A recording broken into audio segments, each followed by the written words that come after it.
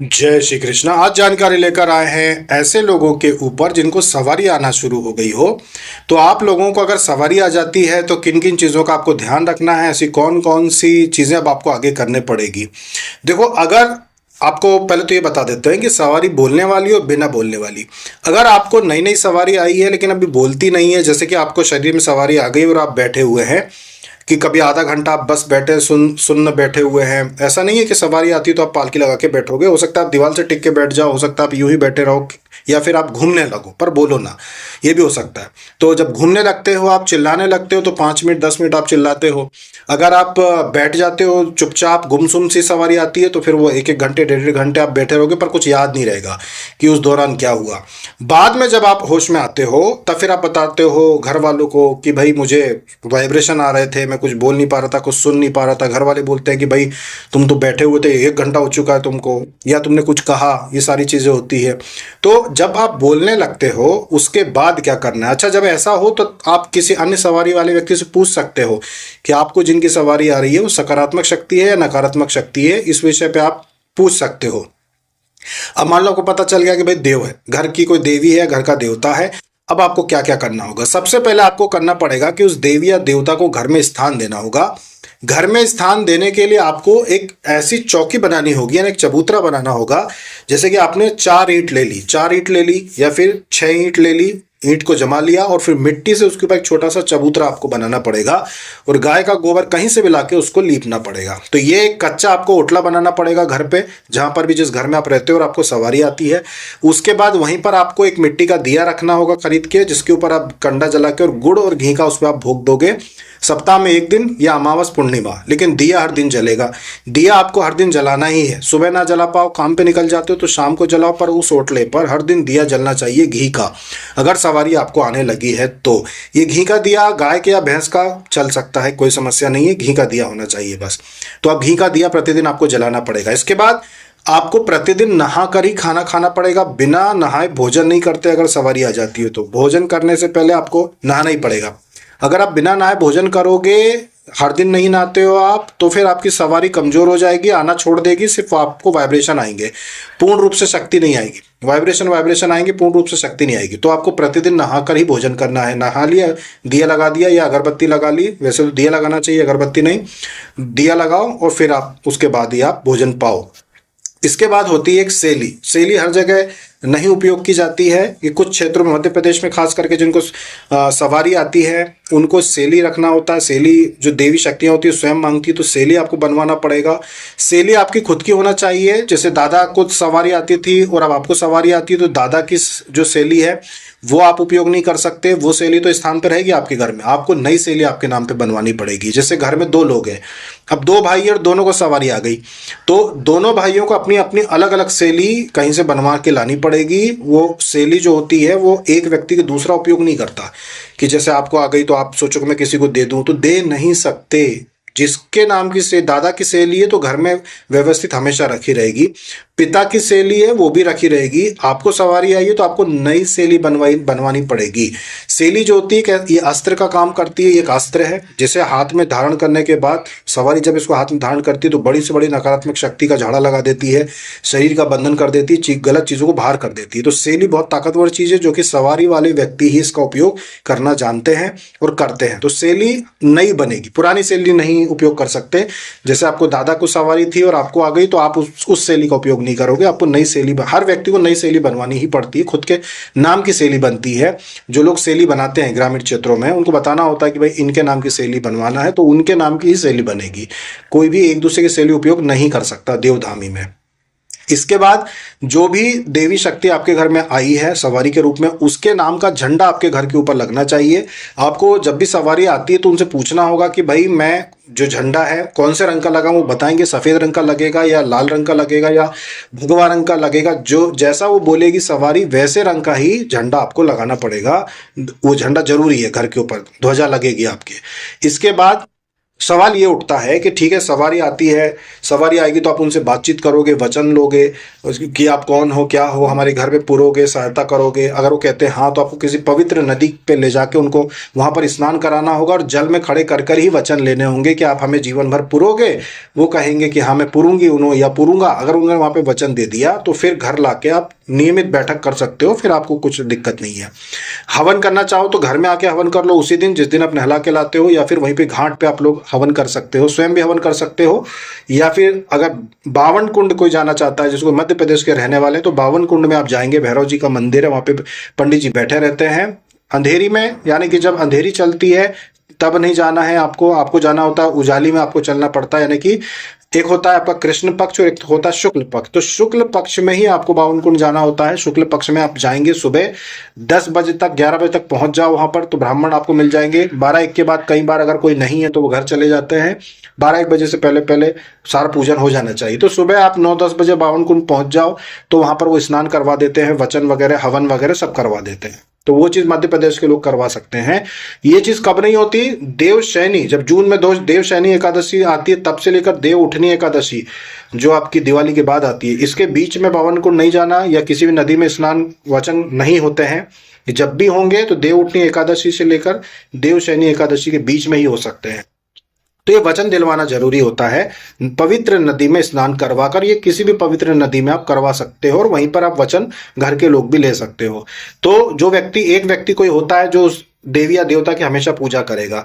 एक तो होता है जिसके शरीर में सवारी आती है, और एक होता है जिसको रजालिया कहते हैं हमारे यहाँ पे, हमारी भाषा में, कि रजालिया मतलब प्रमुख सेवक। प्रमुख सेवक जो होता है वही जीवन भर उस सवारी का पूजा करेगा। जब भी आरती उतारेगा तो वही करेगा, वही अगर दाने उठाते हैं तो वही दाने झेलता है और वही पूजन करता है, आरती वही उतारता है प्रमुख रूप से। वो होता है रजालिया, जो एक व्यक्ति होता है। तो कोई भी परिवार का एक व्यक्ति जो हमेशा बैठक करने के लिए उपलब्ध हो, जो हमेशा सवारी की पूजा पाठ करने के लिए उपलब्ध हो, ऐसा आपको चुनना रहता है और फिर वही हमेशा पूजा पाठ करता है। कई बार ऐसा होता है कि लोग रजालिया बदल भी लेते हैं कि अगर कोई रजालिया सही नहीं है, जैसे कि किसी को आपने बना दिया लेकिन आपने देखा कि ये तो दिमाग से थोड़ा गड़बड़ है, तो इसको कुछ पता ही नहीं है पूजा पाठ का या फिर कुछ, तो फिर आप रजालिया बदल भी सकते हो, किसी और को भी बना सकते हो। रजालिया सिर्फ वही बनेगा जो रिश्ते में आपके पैर नहीं छू सकता, समझे? जैसे कि पति रजालिया नहीं बन सकता क्योंकि वो बनेगा तो पैर कैसे छुएगा। वो पत्नी की आरती नहीं उतार सकता। बेटा बन सकता है क्योंकि बेटा आरती उतार सकता है आपकी, पैर भी छू सकता है, पति नहीं बन सकता। ऐसा व्यक्ति नहीं बन सकता जिसके घर में किसी की मृत्यु हो गई, जैसे सास है और ससुर की मृत्यु हो चुकी है तो सास रजालिया नहीं बन सकती। स्त्रियां ना ही बने तो अच्छा, पुरुष ही रजालिया हो तो अच्छा रहेगा। और खासकर ऐसे जो पैर छू सकते हो, ऐसे को, जैसे बेटा तो बन सकता है या फिर कोई और रिश्तेदार को भी आप बना सकते हो। तो वो आरती उतारेगा, पूजा पाठ करेगा और उसके सामने ही देवी शक्ति आएगी, उसके बुलाने पर ही आती है खास करके। ये चीजें इसमें होती है। अब बात करते हैं कि ठीक है, वचन हो जाते हैं, एक रजालिया होना चाहिए, एक सेली होना चाहिए, घर में एक ओटला होना चाहिए, चबूतरा होना चाहिए, उसमें पूजा पाठ करेंगे हम, सारी चीजें हैं। प्रमुख दिन आपकी जो सवारी होती है उसी से पूछना होता है कि मेरा प्रमुख दिन, आप अपना प्रमुख दिन बता दीजिए कि किस दिन आपका प्रमुख रहेगा। तो प्रमुख दिन बैठक का ज्यादा महत्व होता है। किसी ने मंगलवार बोला, किसी ने शनिवार बोला, किसी ने शुक्रवार, तो जो भी दिन बोला है खास करके उस दिन बैठक होती है। अमावस और पूर्णिमा 2 दिन ऐसे होते हैं जो हमेशा प्रमुख होते हैं। इस दिन किसी भी देवी देवता की आप बैठक ले सकते हो, उसमें कोई विचार करने वाली बात नहीं होती है। ये हमेशा उत्तम ही होते हैं अमावस पूर्णिमा बैठक करने के लिए।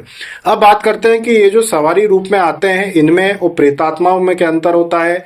जैसे कुछ लोग बोलते हैं कि प्रेतात्मा आती है शरीर में, या कुछ लोग बोलते हैं कि कुछ नहीं आता, ये तो सब अंधविश्वास है, ढोंग है। तो आखिर ये है क्या? तो ये 84 लाख योनियों के विषय में आपने सुना होगा। तो 84 लाख योनियों के हिसाब से हम आपको समझाएंगे तो आप आसानी से समझ जाओगे कि हाँ ये वास्तविकता है। वो ये है कि देखो, एक होती है इतर योनि, एक होती है प्रेत योनि। ये 2 योनियां आपने देखी होंगी। तो एक होती है इतर योनि, एक होती है प्रेत योनि और एक होती है देव योनि। तो देव योनि जो होती है, मृत्यु लोक की देव योनि जो होती है, वो भी यहीं पे विचरण करती है, तीर्थ स्थानों पर उपस्थित होती है। बड़े बड़े जो तीर्थ स्थान होते होंगे जहां माता, जैसे माँ वैष्णो देवी है, तो यहाँ पे कई देवताओं की उपस्थिति होती है। तो एक होती है देव योनि जो मनुष्य शरीर में आती है और लोगों का काम भी बनाती है। अगर उनकी कोई ने साधना की, उनको सिद्ध किया है, उनकी सहायता ली है, तो वो शरीर में आते हैं। अब शरीर में आके बैठक करना, कुछ बोलना, ये निर्भर करता है कि आप ऐसा चाहते हो कि नहीं। अगर आप बोलना चाहते हो, बैठक करवाना चाहते हो, पूछना चाहते हो तो आके बोलेंगे, नहीं तो शरीर में आएंगे बिना बोले भी चले जाते हैं। ये अपने ऊपर है। तो देवता आके बोले जरूरी नहीं है। तो एक होती है देव योनि, जिसमें देवता और देवियां शरीर में आती हैं, बोलती है और चली जाती है। एक होती इतर योनि। इतर योनि में ये होता है कि जो संत महात्मा पहले जीवित थे मनुष्य शरीर में, अब उन्होंने देह त्याग दिया है और देवताओं जैसी शक्ति उनको प्राप्त हुई, इतर योनि उनको प्राप्त हुई। प्रेत योनि अलग होती है, मनुष्य योनि अलग होती है, इतर योनि अलग होती है। तो इतर योनि उनको प्राप्त हुई, एक योनि है जो उनको मिली, अगला जन्म मिला है उनको इतर योनि में। देवी देवताओं को जैसे विचरण कर सकते हैं, वो चमत्कार दिखा सकते हैं और आपको ठीक भी कर सकते हैं, वो सारे काम कर सकते हैं सवारी रूप में शरीर में आकर, और ना भी आए तब भी अप्रत्यक्ष सिद्धि के रूप में ये घर में आ जाते हैं और सारे काम करते हैं।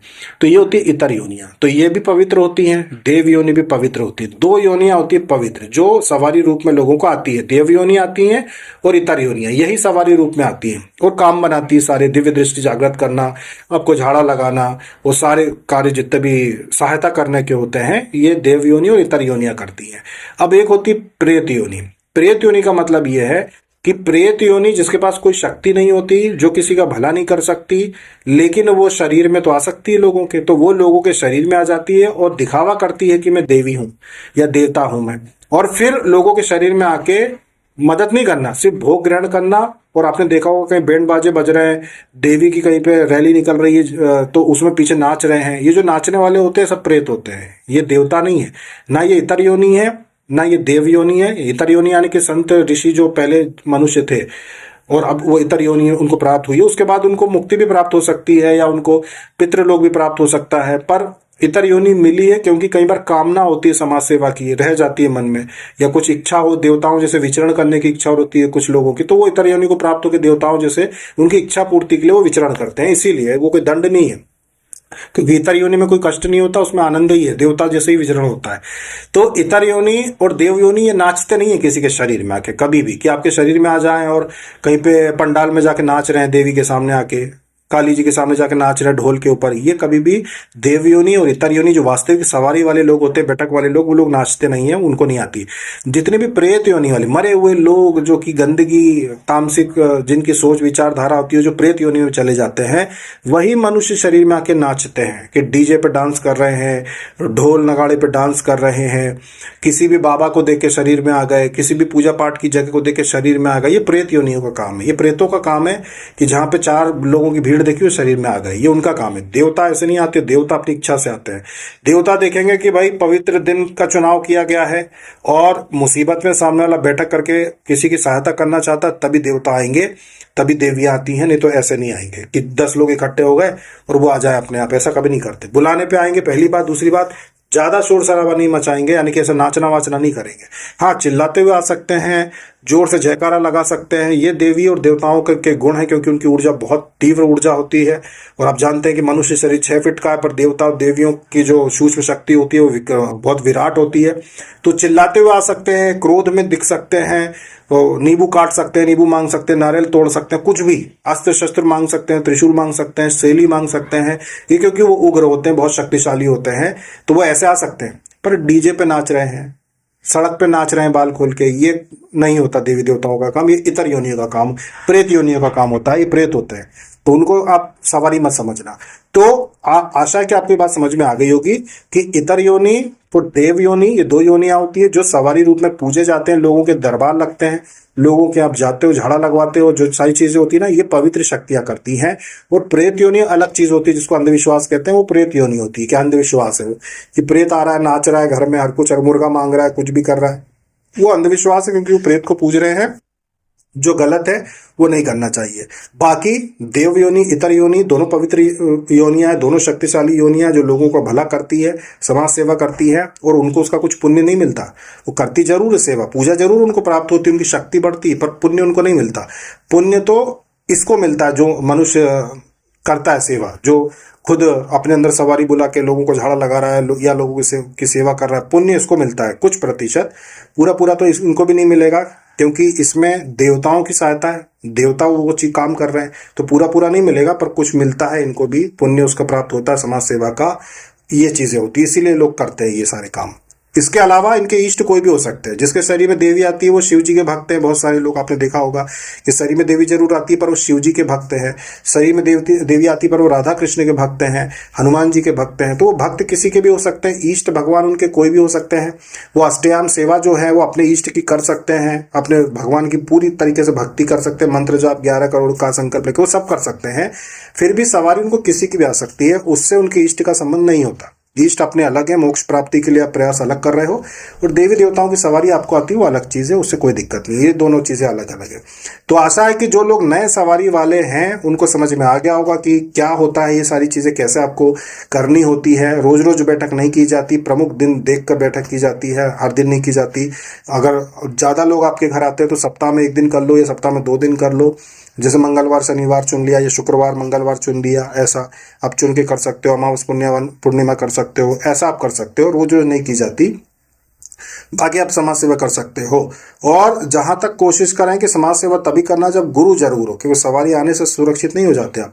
सवारी के आने के बाद भी आपके ऊपर बड़े बड़े प्रयोग हो सकते हैं, इसलिए गुरु धारण जरूर करो। गुरु बनाने के बाद ही समाज सेवा के लिए निकलना चाहिए, नहीं तो उसमें विपरीत भी हो सकता है। कोई आपकी सवारी बांध सकता है, कोई आपकी शक्ति बांध सकता है, कोई आपको ही तकलीफ में डाल सकता है अगर गुरु नहीं है। तो गुरु होना जरूरी है। गुरु हो है, गुरु मंत्र लिया है, उसके बाद आप अगर बैठक करते हो, कुछ भी करो, फिर आपको कोई डर नहीं रहता। तो आशा है कि आपको सवारी के विषय में अगर मन में कोई संकोच हो, जो नए नए लोग हैं तो उनको समझ में आ गया होगा कि सवारी कैसे काम करती है और ये कौन होते हैं और क्या क्या छोटी सी चीज़ें आपको घर में करनी होती है। और अगर कोई भी और अगर आपका प्रश्न हो सवारी से संबंधित तो आप हमसे पूछ सकते हैं। अभी तक के लिए इतना ही। जय श्री कृष्ण, जय माता दी, हर हर महादेव।